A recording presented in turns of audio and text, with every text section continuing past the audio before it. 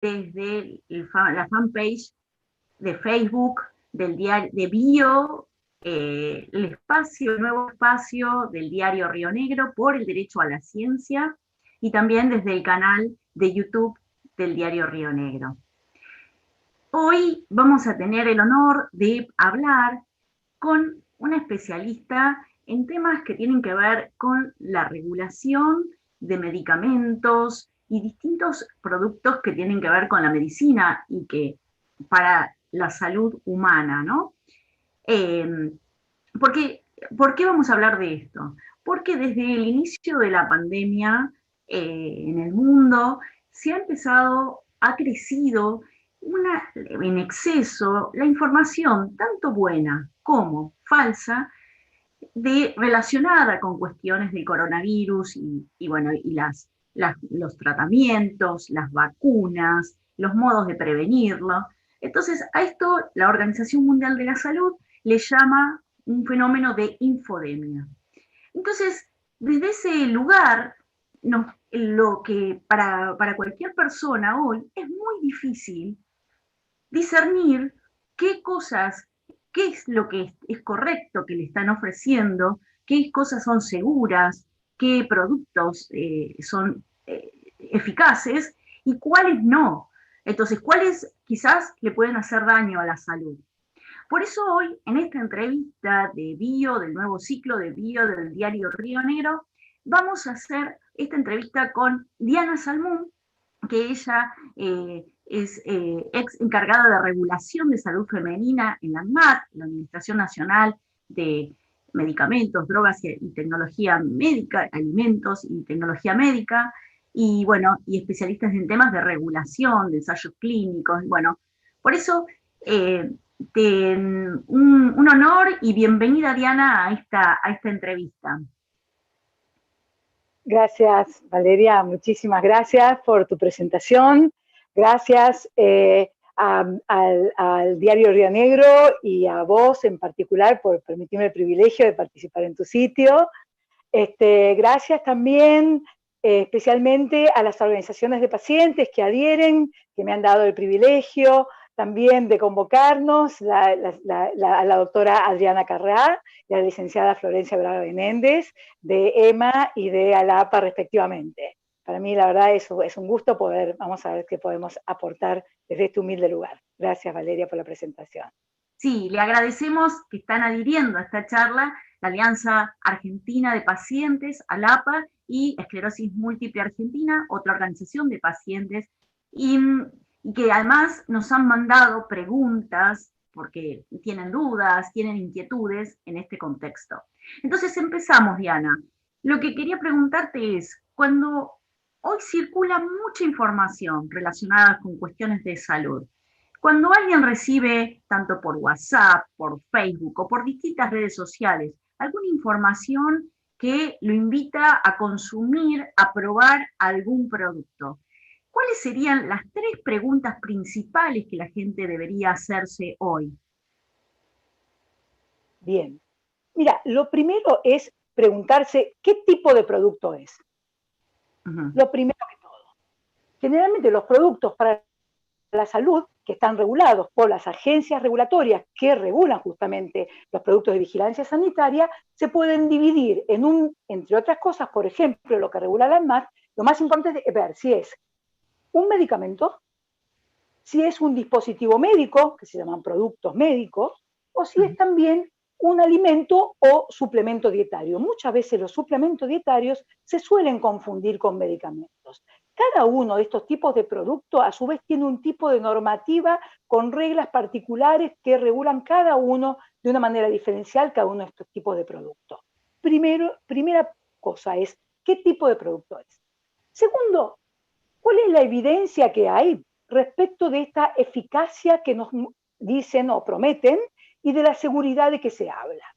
Vos me dirás, bueno, entonces, ¿qué hablamos cuando hablamos de eficacia? Todo el mundo habla de eficacia. Entonces, bueno, cuando hablamos de eficacia es, bueno, aquel atributo que se le da a algún producto para cumplir con un beneficio determinado, ¿sí? Ahí más en términos generales sería algo así. Por ejemplo, las vacunas, la capacidad, por ejemplo, de prevenir enfermedades o de provocar una respuesta inmunológica, o un medicamento, por ejemplo, actuar en la prevención, diagnóstico o tratamiento de una determinada entidad. A su vez, como había comentado otras veces, puede haber que un producto muestre ser beneficioso para más de una indicación, que si querés, después yo te voy a comentar un poquito más de prospecto.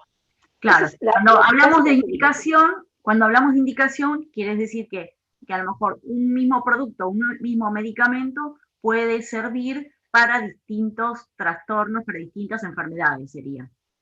Exactamente, Valeria. Son las diferentes indicaciones que tiene. Y ahí se ve, tiene una sola, puede tener, y cada una de esas indicaciones, ya después vamos a ver, surge de diferentes preguntas de investigación, llámese ensayos clínicos.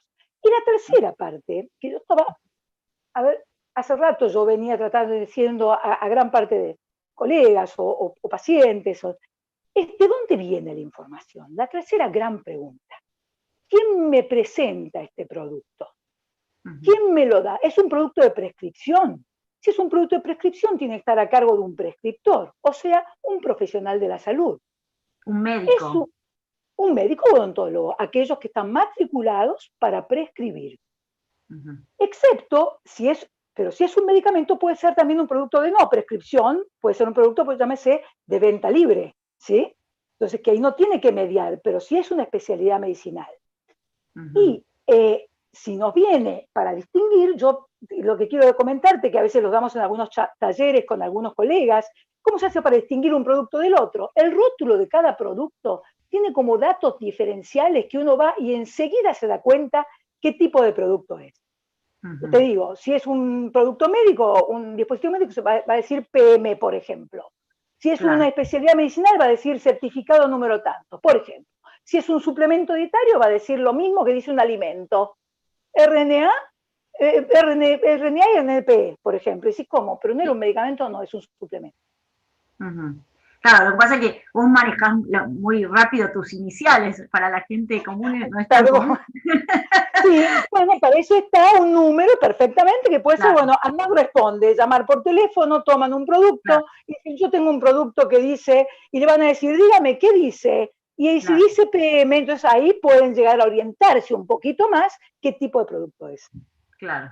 Sí, el tema es que ahora, por ejemplo, la semana pasada andaba un video en YouTube que estaban ofreciendo un determinado producto y claro, y como que conmueve porque le ponen música, parece que fuera, y también muchas veces se usa la inclusión de testimonios de personas que dicen que lo probaron, pero eso no significa que haya, como vos decías, haya demostrado eficacia. Exactamente, de hecho está prohibido por las agencias regulatorias hacer este tipo de promoción de productos, porque ningún producto se puede atribuir para cualidades terapéuticas que no haya probado y que no hayan sido aprobadas por la agencia sanitaria, ¿sí? Nadie se puede autoatribuir, ¿sí? Solamente en todo caso será el médico prescriptor que se corre un poquito del prospecto que dice para una determinada indicación y puede dar otra, pero con su responsabilidad, conociendo a la persona, el paciente, la patología, la droga, son todas unas cuestiones en particular del llamado, ojalá que lo hayas escuchado, que se llama off-label o fuera de prospecto. Te voy tirando datos que veo en los diarios, ¿eh? Sí, digo, bueno, si apareció en los diarios... Perdón, ¿qué significa fuera de prospecto? Expliquémoslo. Exacto. Mira, cuando voy a entrar un poquitito antes, si vos me permitís. La información del prospecto no aparece porque sí. Tiene una historia. Y no solamente, y tampoco aparece en cualquier orden. Tiene una normativa de qué tiene que estar escrito, ¿sí? Esa historia de la información del prospecto son los famosos ensayos clínicos, en los cuales se ha hecho la pregunta de si un medicamento o una vacuna iba a ser beneficioso o eficaz y si iba a haber los datos de seguridad. La eficacia que vos bien aclaraste va a impactar en el ítem indicaciones del prospecto. Si yo probé que tal medicamento era eficaz para tal tipo de cefalea, va a decir indicaciones, cefalea tipo tal. Pero van a decir otros, pero la otra cefalea no, y todavía no hizo el ensayo clínico, ¿sí? Pero es una pregunta. Pero a su vez de los ensayos clínicos surgen, como ya sabemos, datos también de seguridad, efectos adversos. Entonces ahí en el prospecto te aparece datos de precauciones, advertencias, contraindicaciones, todas esas cosas que la gente lee que no tiene que leer, En Valeria. letra muy chiquitita. Así es. Exactamente, yo pensaba que no sabía si era que yo veo menos que las letras están más chiquitas, me parece que es las dos cosas. Pero justamente no es lo bueno que lean el prospecto los pacientes, porque hay un documento especial para los pacientes que se llama Información para el usuario. Ajá. Ese es el que tiene el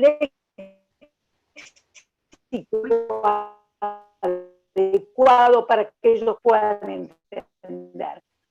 Porque un prospecto es lo que es información para prescribir, entre una miastenia y una... ver una cosa con la otra. Entonces, ese prospecto, primera cosa, no hay que leer. Segundo, claro, como el que lee es el que prescribe, el prospecto dice, bueno, esto es on-label, con prospecto. Dice, pero bueno, yo ya por mi experiencia, por el último congreso que concurrí, por la lectura, por los últimos papers, yo veo que esto también puedo cambiarle, o las indicaciones, o la población, o las dosis, cuando me corro de lo que dice el prospecto, yo como prescriptor, eso quiere decir off-label, fuera de prospecto. Claro. No sé si fue más o menos claro. Ok, igual vamos a seguir hablando, tenemos muchas preguntas, yo le voy a hacer otra pregunta a Diana, pero a todos los que, y a todos los que nos están escuchando, estamos abiertos a preguntas, así que en el chat del Facebook o del YouTube recibimos las preguntas que quieran hacer, así que bienvenidas. Y Diana, yo quería preguntarte, a raíz un poco del desarrollo de muchas vacunas que ahora se están en proceso, en distintas etapas, para COVID-19, exactamente la enfermedad causada por el nuevo coronavirus. Entonces hay montones de estos ensayos y de potenciales candidatas de vacunas, ¿no? En algún momento, a partir de esto, en este contexto, se habló y se dijo en algunos medios, bueno, nos quieren tomar como conejillos de indias. Entonces, quería preguntarte, este concepto de conejillos de indias, ¿qué significa? ¿Está mal dicho? ¿Hay que desterrarlo? ¿Hay que tirarlo? Muy bueno. Mira, es un concepto muy poco feliz, que no es que salió de la nada. Es un concepto en el cual ha sido producto, nosotros somos productos de la historia, digamos, ¿no? La humanidad es producto de su propia historia, ¿no? Claro. Ha sido producto justamente de confundir un trato no correcto de los que se llaman participantes o sujetos y sujetas de investigación, ¿sí? El conejillo de India puede perfectamente hablarse cuando uno habla de la etapa preclínica, o sea, antes de llegar a clínica, escama, que es ser humano, ¿sí?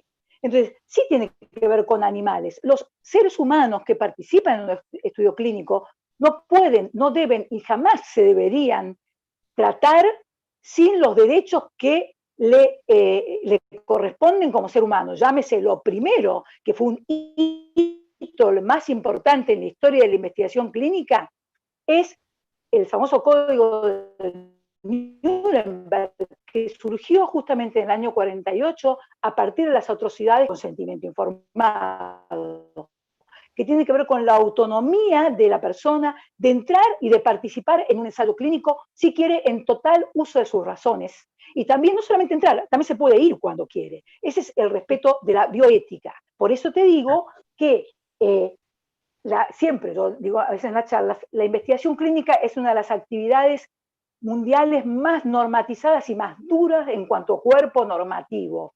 La bioética de investigación va de la mano de la misma calidad científica, si se puede decir, de un ensayo clínico. Si un ensayo clínico no cumple con parámetros bioéticos, no es éticamente aceptable. O sea, no se puede hacer. Por eso hay que desterrar, hay que empezar a cambiar el concepto de decir, señor, el conejillo de India no corresponde a las etapas clínicas donde participan sujetos humanos, ¿no? Claro. Entonces, sintetizando, hay una etapa preclínica en la que se usan animales, que se usan ratones, conejos, aunque también monos, aunque también en estos últimos años, desde los grupos ambientalistas, se está reclamando usar menos animales en prácticas que no son necesarias usarlo, ¿no?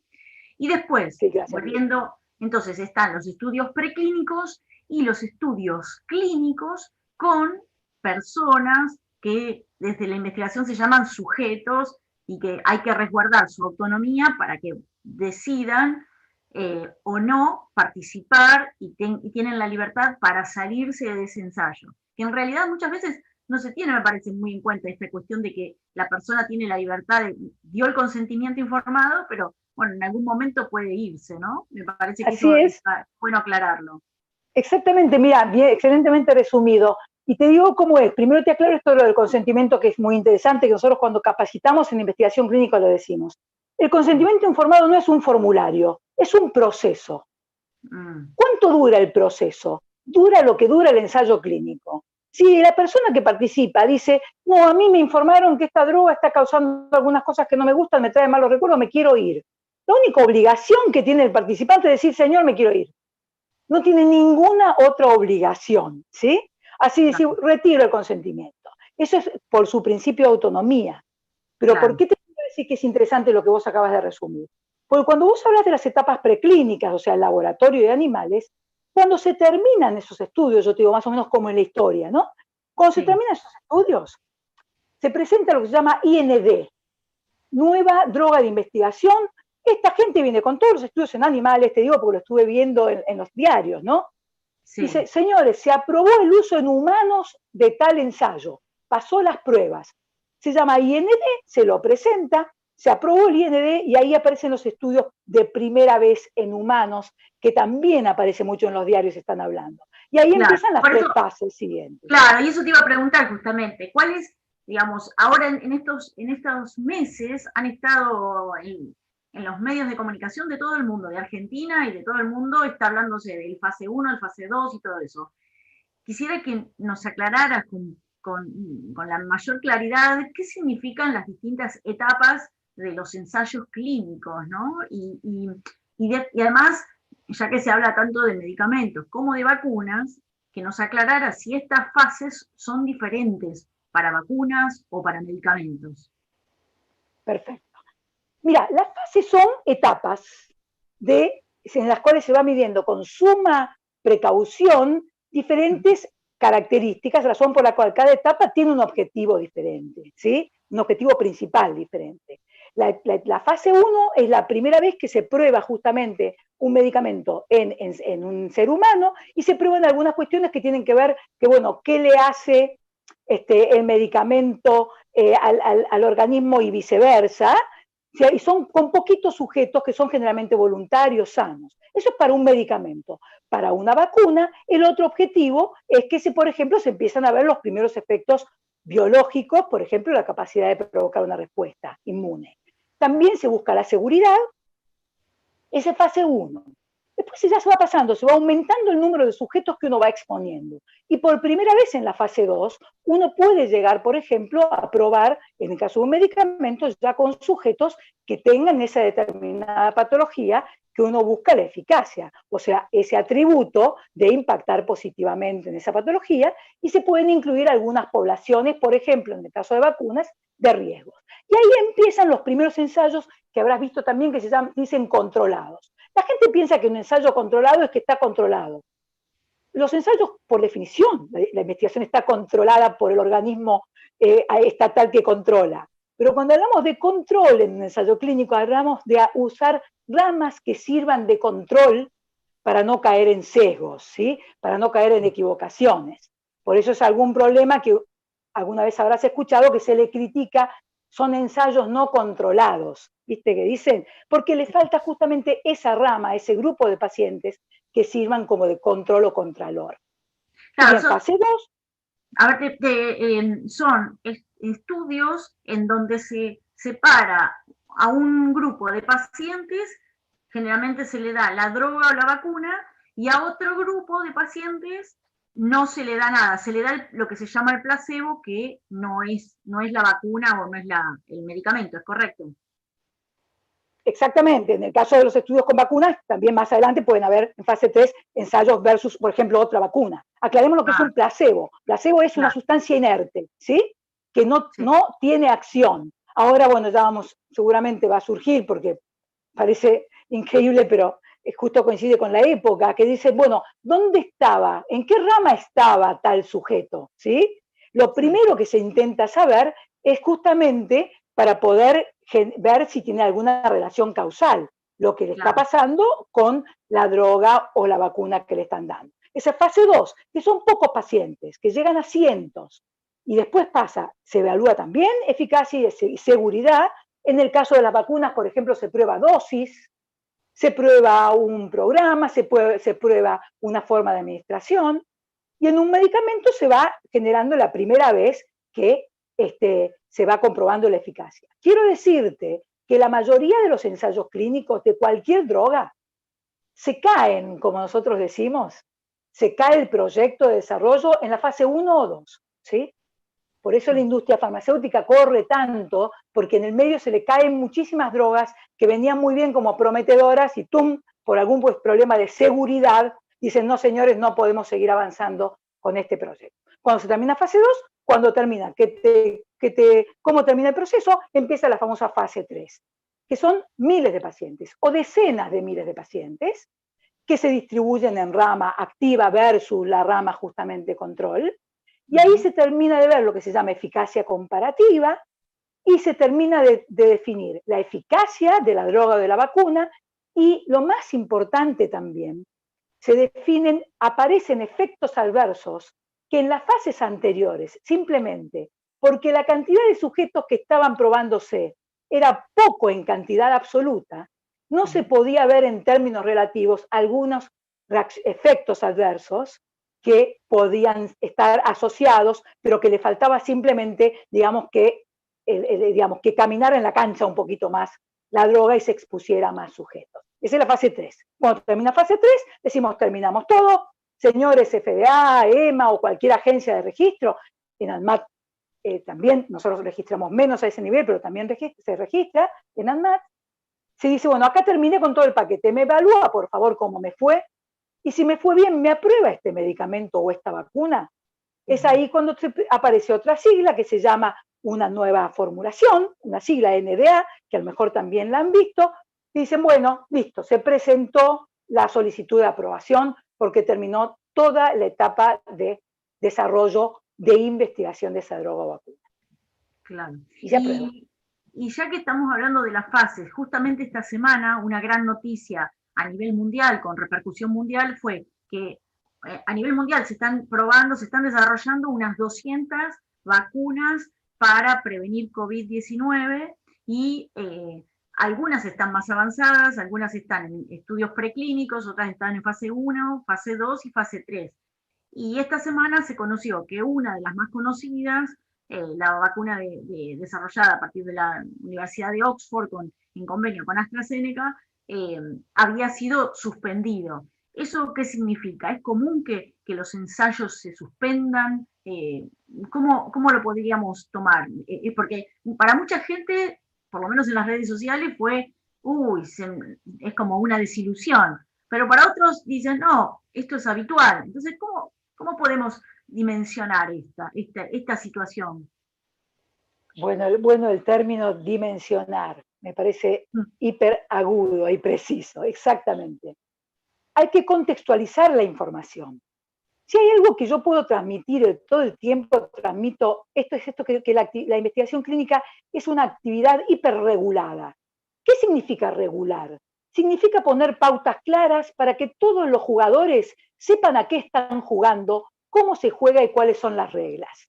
Y nos podamos anticipar a los problemas. Entonces, la actividad de investigación clínica está completamente regulada y ya se sabe qué dispositivo disparar en caso de que aparezcan cosas. Yo no digo que estamos todos muy contentos y tranquilos porque, uy, qué bárbaro, apareció un efecto adverso. Lo que nosotros decimos, bueno, señores, menos mal que apareció ahora y no cuando fueron expuestos millones de sujetos y sujetas.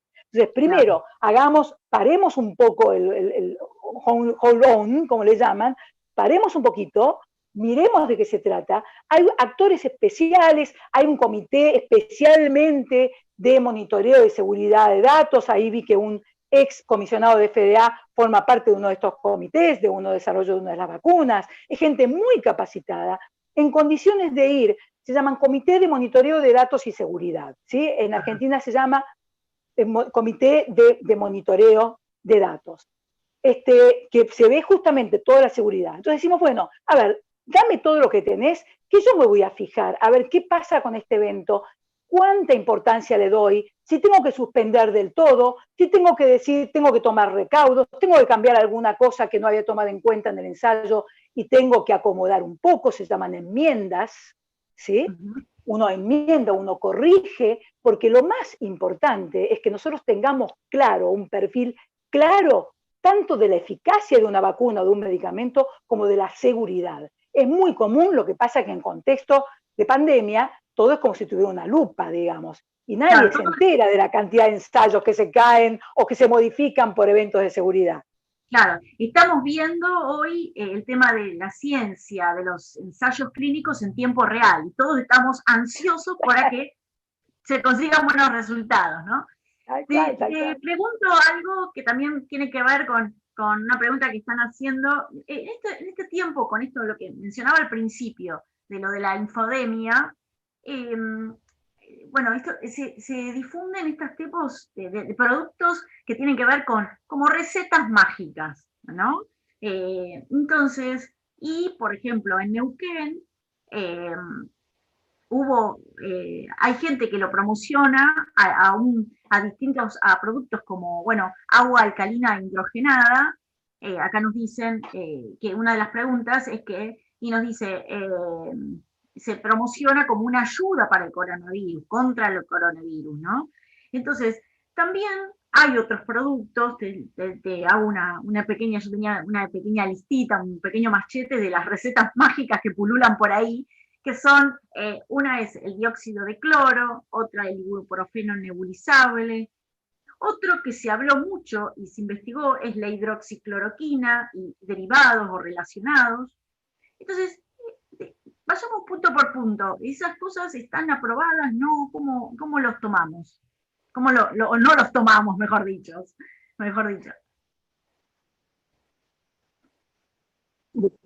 Bueno, acá se mezcla una serie de cosas que voy a tratar de simplificarlas. Por ejemplo, indicaciones aprobadas. ¿Viste que te hablé del prospecto?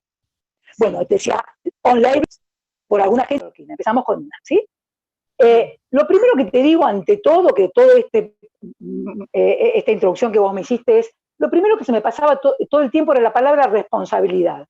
Responsabilidad social de cada uno de los actores y actoras de la sociedad con relación a cómo se maneja ese tipo de información, cada uno en su momento, digamos, ¿no?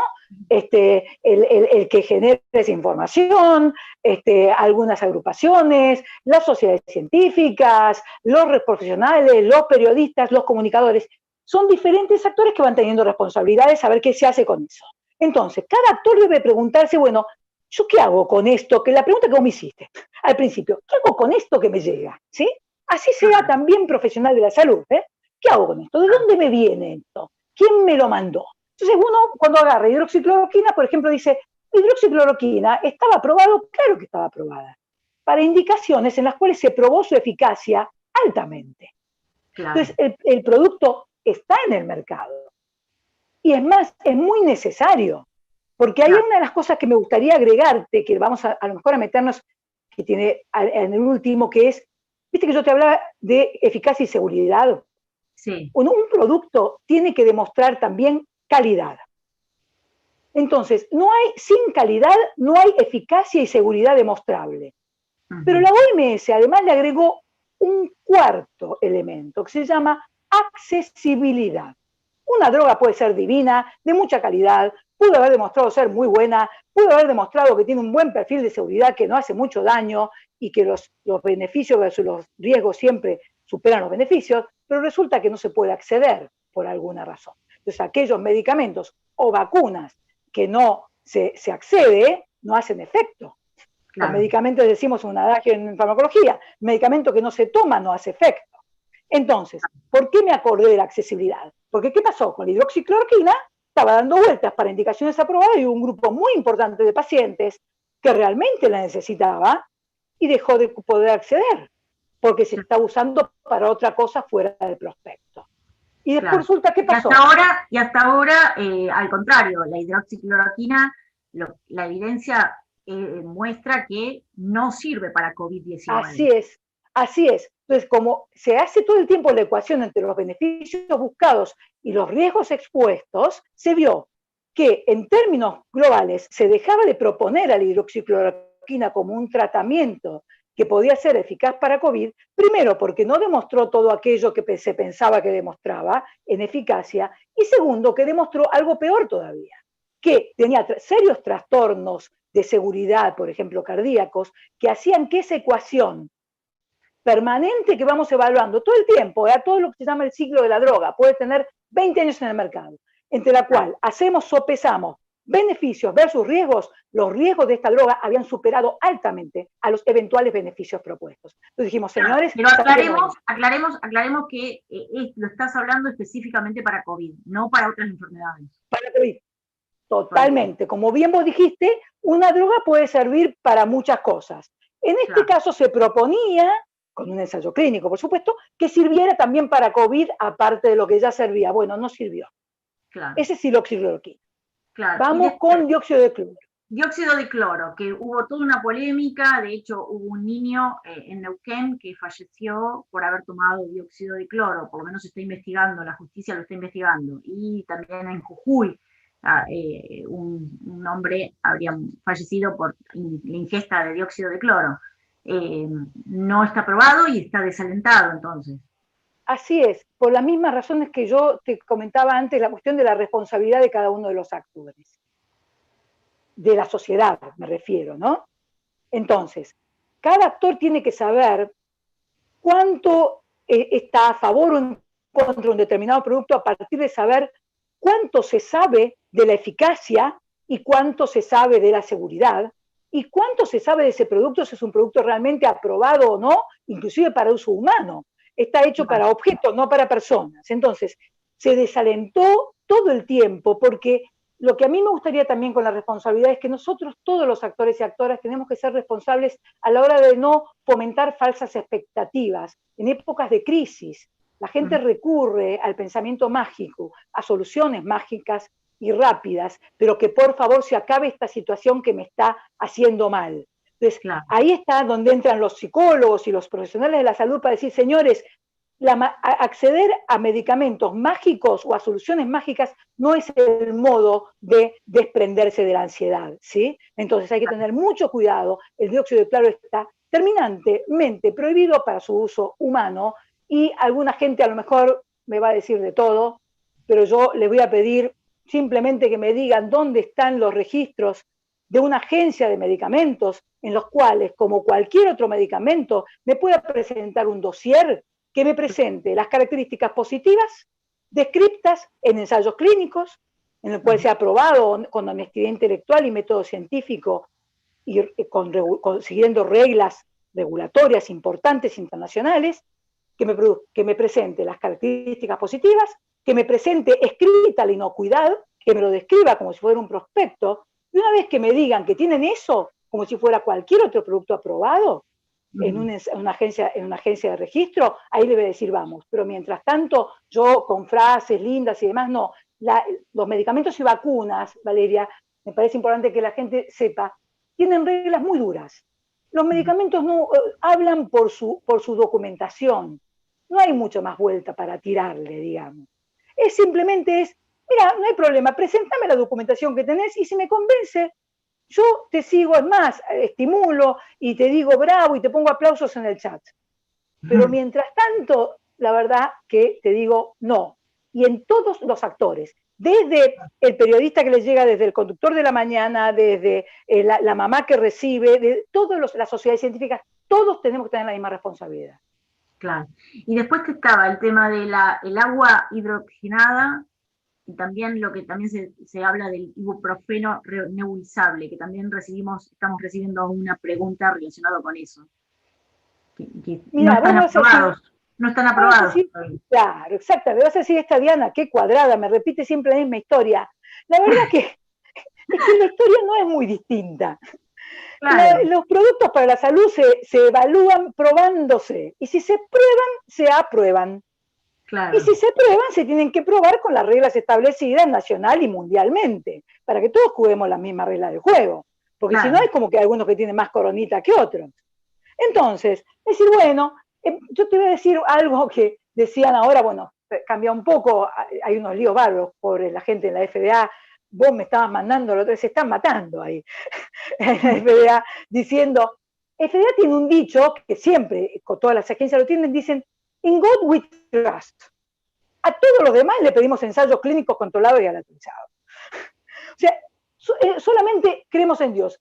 Todos los demás tienen que someterse a una investigación clínica, como lo dicen las reglas nacionales e internacionales, para que yo te crea y te apruebe un medicamento. Eso dice la FDA. Pero, perdón, aclaremos esto porque se puede prestar a confusión. Lo que estás diciendo es que lo dicen en la frase, en Dios creemos, en tono irónico. Lo estás Obvio, diciendo. sí. Sí, muchas Porque gracias. no se entendió. Entonces aclarémoslo, porque si no, Perdón. porque con tanta confusión y recetas mágicas que andan por ahí, no le sumemos más confusión. Así que bueno, lo que queremos, a ver, entiendo que el mensaje,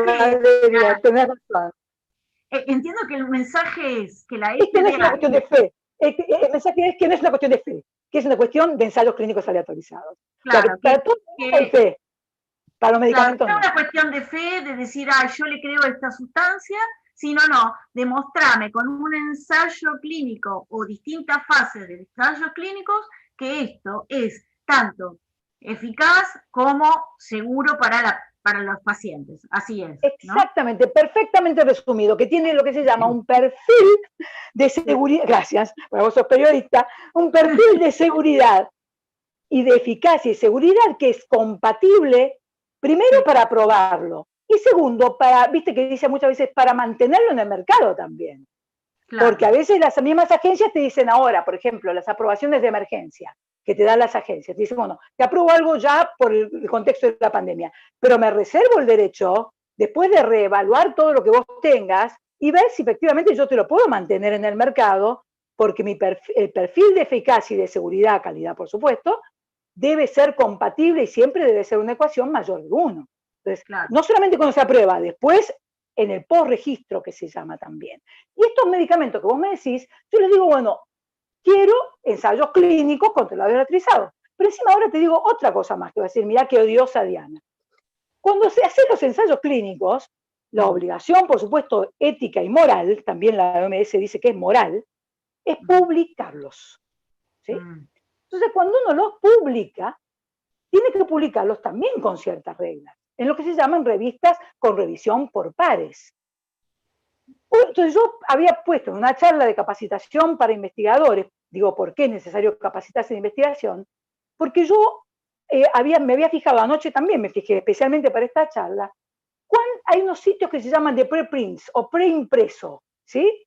Que son publicaciones. En la pandemia han crecido un montón los preprints de estudios que no han pasado la revisión de pares, pero que llegan a los medios sin la revisión de pares. Totalmente, Valeria. Por eso te digo lo de la responsabilidad de los medios. ¿Eso es un peligro? Es un peligro. No te digo que yo no sé quién, justamente como investigadora, lo primero que digo es no sé. No digo bueno, malo, sí o no. Siempre digo no sé mientras dure esa pregunta de investigación. ¿Sí?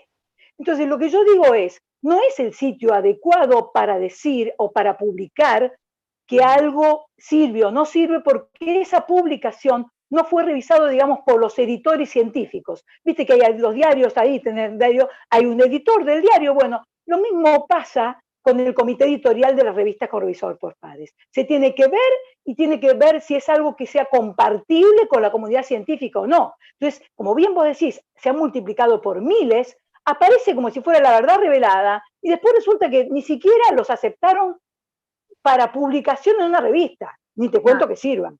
Claro. Mira, tenemos una muy buena pregunta de de Teresa Gladys Catoni, que nos está escuchando y que escuchó lo que dijiste con respecto al prospecto. Entonces, y ella te pregunta, Diana, ¿por qué no hay que leer esa parte del prospecto? Y dice, por ejemplo, el ibuprofeno está contraindicado puntualmente para el lupus, entiendo. Sin embargo, hay profesionales que lo siguen prescribiendo, aludiendo que es muy relativa esa información, y otros lo evitan, mientras el paciente está en el medio de ambas actitudes. Claro, no sabe qué hacer. Totalmente. Entonces, ¿hay que leer o no hay que leer el prospecto? Primero de todo, los pacientes, yo leo los prospectos cuando me autoprescribo, digamos, nada más. Si yo me prescribo, yo sí puedo leer como paciente el prospecto. Claro, pero aclaremos que, que vos te prescribís porque tenés título de médica. La automedicación, claro, si no sos médico, no va, no corresponde. Aclaremos prescriptor, exactamente, el prescriptor es un individuo matriculado. Tiene que tener matrícula para prescribir, si no es ejercicio ilegal de la medicina. Claro. O sea, sí. El prescriptor tiene, ¿por qué tiene que tener matrícula? Porque después tiene que hacerse cargo de lo que prescribe. Ese es el punto. Nosotros estamos habilitados los médicos con una matrícula que podemos prescribir, bueno, lo que sea, excepto algunos oncológicos, algunas drogas muy específicas. Pero con nuestra matrícula podemos prescribir. Ahora, después tenemos que responder con nuestra matrícula si esa prescripción fue racional y adecuada y contribuyó al bienestar del paciente y no lo sometió a riesgos completamente en vano. Entonces, un prospecto, ¿por qué digo que no se tiene que leer? Porque es información para prescriptores. ¿Qué es lo que se tiene que leer? Lo que se llama información para el usuario. ¿Por qué? Porque tiene que ser algo que uno entienda, si no uno lo malinterpreta. Vos, porque hace muchos años que te dedicás a periodismo científico, entonces vos hablás, conocés términos científicos, digamos. Pero hay gente que se confunde los términos, que no tiene idea, que ve que dice insuficiencia hepática y de golpe le empieza a doler la parte derecha de la panza y dice, uy, yo claro, y ahora seguramente tengo una hepatitis. Y no puede dimensionar, me gusta, te lo voy a tomar, Valeria, gracias, no puede dimensionar, contextualizar la información a la que está accediendo. Uno tiene que poder leer aquello que puede entender. Así como decimos a los chicos, no hay que explicarles más de lo que puedan entender, el paciente no puede leer más de lo que pueda entender. Por eso el paciente como tal no tiene que leer en prospecto, y sí, por supuesto, tiene que ir al médico y decirle, escúcheme, doctor, ¿por qué me recetó esto? Si yo vi en tal lado, y él le va a decir, porque mi ecuación beneficio-riesgo, eficacia versus seguridad, yo consideré que valía la pena prescribírselo, aunque sea por fuera de prospecto, y me hago cargo como mi matrícula. Esa es la respuesta que le hago a Teresa. Espero que le haya como servido. Por eso no hay que leerlo.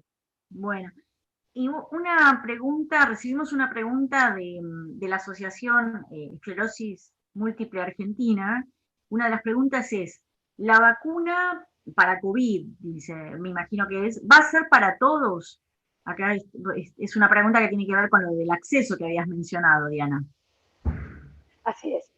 Bueno, la vacuna es un producto que yo te decía de prescripción. Entonces volvemos a ese punto. La prescripción está en manos de profesionales prescriptores que van a evaluar antes de dar algo a un determinado paciente, si le conviene o no le conviene, y cuándo le conviene y por qué le conviene, de acuerdo a las características clínicas de ese paciente. Sobre todo en patologías como esclerosis múltiple, patologías raras, patologías en las cuales hay serios trastornos, hay trastornos del sistema inmune justamente provocados muchas veces por los medicamentos que se dan. El prescriptor es el único que sabe a quién tiene que medicar, que en este caso que dar una vacuna, prescribir una vacuna, por qué, cuándo, qué busca cuando prescribe en qué momento le prescribe la vacuna, recomendándole qué cosa al paciente previamente. Por ejemplo, tienen que interrumpir el tratamiento porque las vacunas no se pueden dar a individuos que están con inmunosupresión, por ejemplo. Digamos, yo en particular no me dedico duramente a vacunas porque yo confío en los prescriptores de vacunas. Si hay determinada patología, ese paciente tiene que consultar a su médico, a su prescriptor de cabecera y decir, ¿yo puedo acceder a esta vacuna? ¿Me corresponde? ¿Cuándo me la van a dar? Yo, por ejemplo, soy una apologista de las investigaciones clínicas en embarazadas, por ejemplo, ¿sí? Que yo siempre, digamos, lo que digo es que a la embarazada hay que protegerla no de la investigación clínica, hay que protegerla con la investigación clínica, pero eso ya es otra faceta para mucho más adelante. Pero entonces, hay algunas poblaciones que están excluidas. ¿Qué te decía? Están excluidas. Claro, ¿Y quién sabe que está excluida? El médico. Claro, discúlpame. Volviendo a la pregunta que nos hicieron, te hicieron, es este tema de si la vacuna va a ser para todos. O sea que, en resumen, es una vez que esté demostrada la eficacia y la seguridad de una determinada vacuna para COVID-19, una o varias, porque hay muchas que podrían ser varias, ahí, una vez que se aprueben, se va a aclarar para quiénes podrían ser o quiénes serían no deberían administrarle. ¿Sería algo así? Sí, señor. Eso tiene que ver con el ítem accesibilidad. Uh-huh. Por un lado tenés la accesibilidad, una vez que probó eficacia y seguridad, y por otro lado tenés poblaciones en las cuales se puede llegar inclusive a hacer una priorización de a quién se le da primero y después. Uh-huh. Una cosa es el todos, población como pacientes, y otra cosa es el todos como población mundial, digamos. La idea es justamente vacunar a toda la población, que se pueda vacunar para inmunizar. El punto es que a veces los riesgos superan a los beneficios que uno busca, y eso sí queda en manos de los decisores. En particular, no me estoy refiriendo, digamos, quiero ser bien cuidadosa en cuanto a que hay algunas patologías o pacientes en particular que necesitan de la decisión sesuda de su médico prescriptor. Uh-huh. Nadie puede ir a decir, dame la vacuna. Siempre necesita una firma de un prescriptor que va a evaluar exactamente cuándo dársela, cuándo decirle, bueno, haga esto, no haga lo otro, ahora sí, ahora no. Eso es el prescriptor que evalúa sistemáticamente, pero por supuesto debes acceder con la cuarta faceta que dice el OMS, que toda la población acceda a ese medicamento. Claro. O vacuna. Y después hay una pregunta muy interesante que dice, tuve COVID, ¿puedo donar plasma? Y también, ¿puedo probar la vacuna para COVID? Sí, tal cual. Mire, yo estaba escuchando una charla de un metodólogo especializado en bioética también, que es muy interesante. Hablábamos de accesibilidad, se habla de la accesibilidad a los medicamentos. Y él también resaltaba, primero que también se debería acceder es a los propios protocolos de investigación, como por ejemplo en una base de datos que muchas veces aparecen bases de datos mundiales de protocolos inscriptos, que muchos lo buscan, clinicaltrials.gov, que es bastante conocida, además de la plataforma muy grande y muy recomendable de la OMS, de ensayos clínicos. Ahí están las características de un ensayo clínico. Entre ellos están los criterios, lo que se llaman criterios de elegibilidad. ¿Quién entra al ensayo y quién no puede entrar al ensayo? Es lo que yo te decía, por ejemplo, en ensayos, que hay el criterio de elegibilidad te excluyen embarazadas. Y bueno, yo tuve que callarme la boca y decir, qué lástima. Entonces, esos criterios de elegibilidad están definidos por, primero, quien la fabrica, que sabe por qué está definiendo así el ensayo para probar la vacuna, y por los mismos investigadores. Entonces, uno va como voluntario y le dice, mire, doctor, yo quiero participar. Entonces, el investigador, con los criterios de elegibilidad en la mano, va a empezar a hacer un tipo checklist. Le pasa esto, le pasa esto, le pasa esto, pero no por discriminación, por discernimiento en pos de la seguridad del sujeto de investigación, que es una falta importante que quiero decir, para protegerle sus derechos, todo de integridad física y psíquica, y todos los derechos de confidencialidad, intimidad y demás, y de la calidad de los datos. Son los dos objetivos de lo que yo decimos que son las buenas prácticas de investigación clínica. Apuntan a eso. ¿Y quién lo maneja? El investigador. Entonces el investigador puede decir, mire, señora, usted puede entrar, no puede entrar, cumple con este criterio y le va a preguntar cuándo se enfermó, cómo se enfermó, le va a sacar sangre, toda una serie de cosas que tienen que ver con los criterios de selección de un participante en un ensayo clínico. Puede tener la voluntad primigenia, pero después el que decide finalmente es el investigador.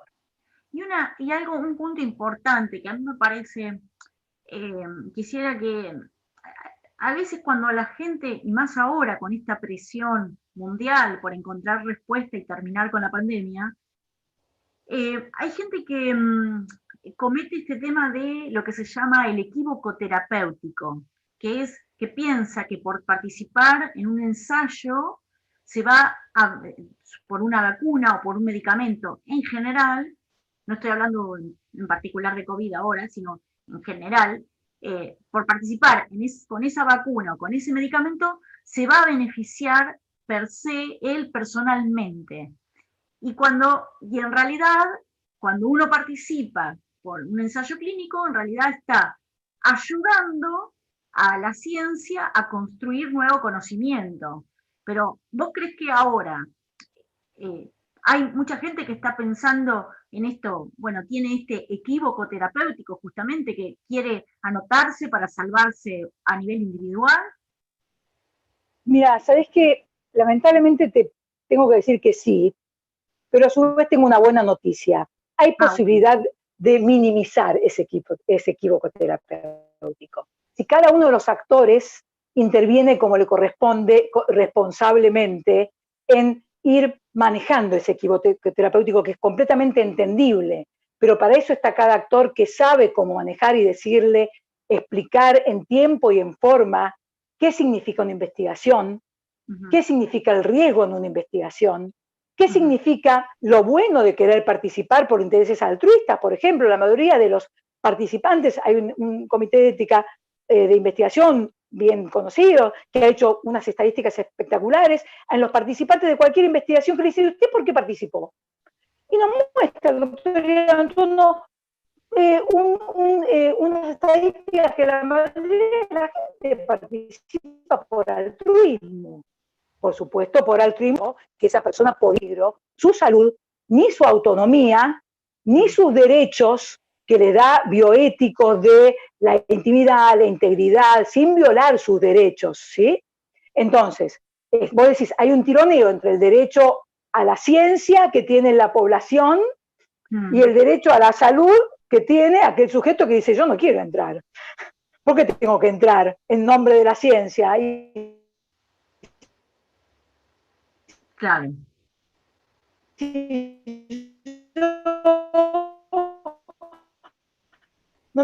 Ese es el investigador y farmacéutica, el periodismo científico, que tanto que vamos a querer entrar, la sociedad se va a encargar de a usted resguardarlo y decirle, si este ensayo clínico respeta sus derechos de seguridad, integridad, confidencialidad, todos sus derechos, y a su vez, si sus datos a su vez van a aportar, porque a lo mejor puede tener toda la voluntad, pero confunde datos porque tiene a lo mejor alguna patología que no está, que está dentro de los criterios de exclusión.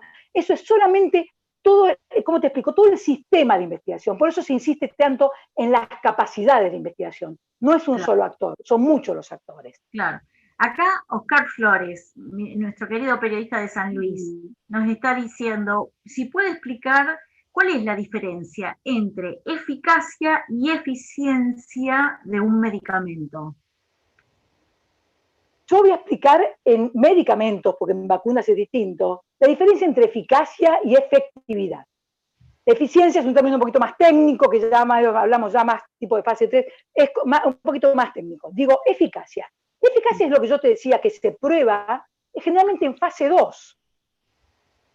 Y la efectividad es con medicamentos que ya han sido aprobados y registrados, ¿sí? Cuando dicen, hay que hacer muchos estudios de efectividad. Ahora que está tan de moda el famoso evidencia del mundo real, real world evidence que le llaman, son estudios de efectividad. ¿Qué quiere decir? Que es un medicamento que ya estuvo aprobado y se empieza a probar, por ejemplo, en otras poblaciones que no fueron contempladas en el estudio clínico, que en otra edad, si eran en hombres ahora se prueban en mujeres, pero el medicamento ya está aprobado, ya está registrado, pero no para esa indicación. Entonces ahí se hacen estudios de efectividad. Son diferencias que a veces la gente mezcla, y eficacia es fase 2, es pleno trial, es pleno desarrollo, digamos, antes del registro. Eso o sea que podría haber, a ver si entiendo, estos ensayos de efectividad podrían ser posteriores a la aprobación de un medicamento. Completamente, entendiste perfecto, porque a veces se quiere ver algo que no se tuvo tiempo, no se pudo o no convenía, entonces dice, bueno, a ver, probemos qué pasa con esta otra población. ¿Por qué vamos a dejar esta otra población afuera, aún mismo del prospecto también?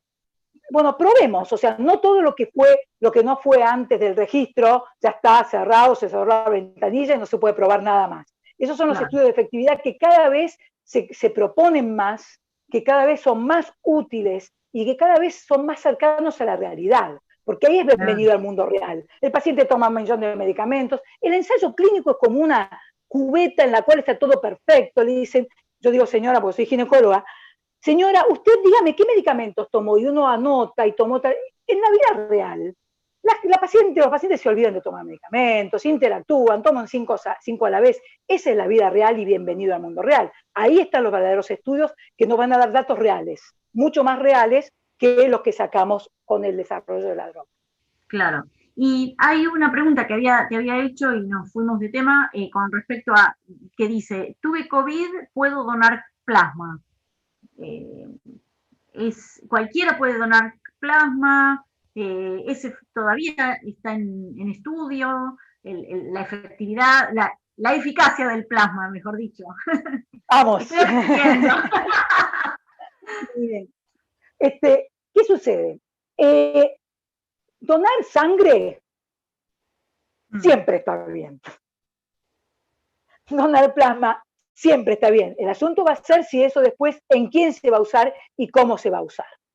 Eso justamente, como hay estudios circulando, también tienen criterios de cómo tiene que ser lo que se llama el otro dato, y perdón, que a lo mejor se llama producto de investigación.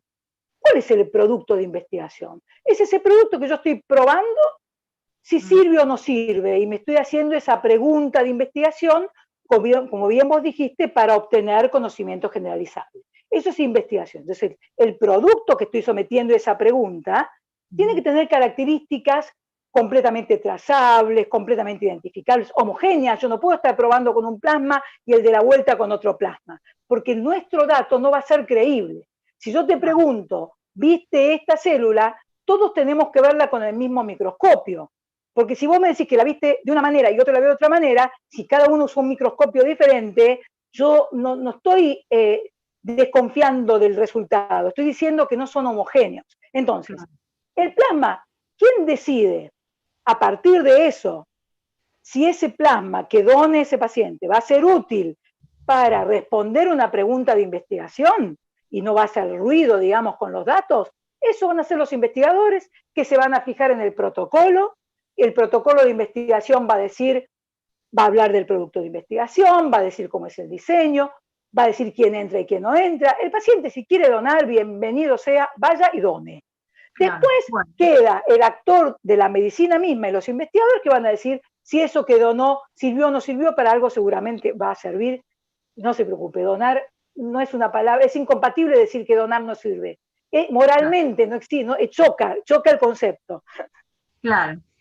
Bueno, Diana, ha sido muy interesante todas tus palabras, las explicaciones, y esperemos que haya servido a aclarar muchas preguntas que nuestros espectadores, nuestras audiencias tenían. Así que esto ha llegado a su fin, así que yo les agradezco a todos los que nos siguieron, tanto en la fanpage de Facebook del Diario Río Negro y también por el canal de YouTube del Diario Río Negro. Así que te agradecemos, Diana Salmón, por esta charla, por estas preguntas tan enriquecedoras, y además les agradecemos a todo el apoyo que hemos recibido de estas dos organizaciones de pacientes y familiares de pacientes que tan intensamente trabajan para ayudar a mejorar la calidad de vida de mucha gente, que son la Alianza Argentina de Pacientes, ALAPA, y Esclerosis Múltiple Argentina, la otra asociación que han adherido a esta charla. Así que bueno, y también de paso los invito a ver, a seguir lo que vamos publicando de noticias de ciencia, ambiente y salud en esta nueva sección, en este nuevo espacio que estamos construyendo en el Diario Río Negro, y bueno, que tratamos de escuchar y y de dar la mejor información todo el tiempo, teniendo en cuenta este tema de el derecho a la ciencia, el derecho a la salud, el derecho a tener un buen ambiente en general, ¿no? Así que, bueno, les agradecemos a todos y, bueno, otra vez gracias, Diana, y bueno, seguramente en próximas semanas vamos a anunciar nuevas entrevistas en vivo. Así que estén atentos a las redes sociales del diario Río Negro, que pronto vamos a anunciar más. Así que, bueno, muchísimas gracias de corazón. Así que gracias, Gracias a un abrazo virtual a Gracias, todos. gracias por este Y cuídense privilegio. mucho. Gracias.